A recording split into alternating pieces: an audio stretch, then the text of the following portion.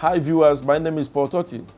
Today I want to talk about fibroid and female infertility. I want to address our women folks. That's the essence of my talking today. Fibroids are defined as fibrous issues. There's no big grammar about it. They are benign, they are not malignant. This is one study all over the world. Medical experts say that fibroids, the growth of this nature, does not lead to cancer. It's a non-cancerous tissue. But it brings a whole lot of challenge for women, especially those women who are affected by it and they're already on the procreative age.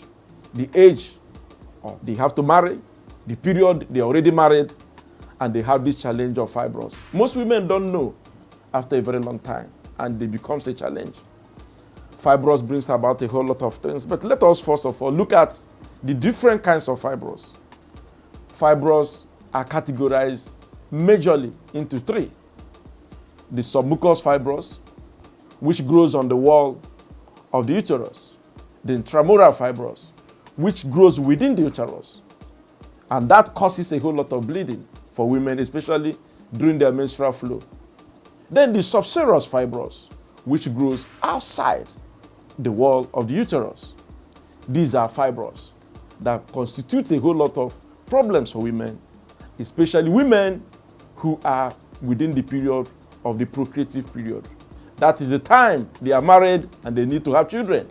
When any woman marries, the major obligation and the expectation within a year is that that woman intends to have become pregnant and possibly within this period have a child.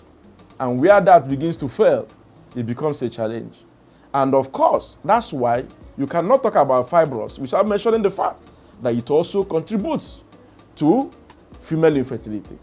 It affects how? Because it begins to affect the hormones. The hormone estrogen, the luteinizing hormone, and progesterone. All these hormones, it begins to affect it and thereby leads to infertility once there are fibroids. I want to mention what major challenge women have, especially during there are women, as we are talking now, they cannot have control over their flow, over their period, because they lose a lot of blood.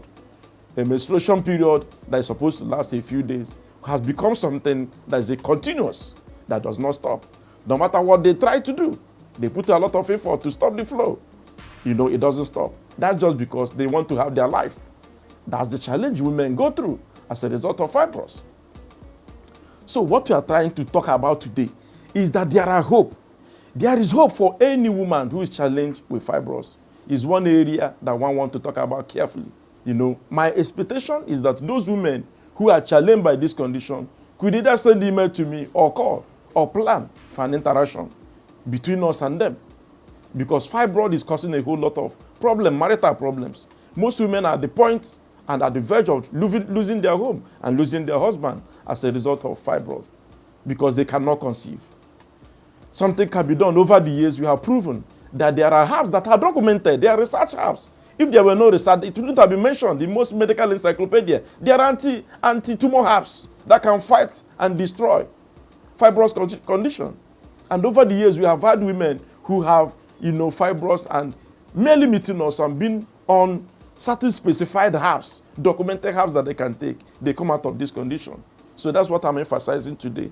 Don't let anybody to tell you, yes, women can go. Some other people can say, let them go for ordinary hysterectomy to be able to remove the fibroids.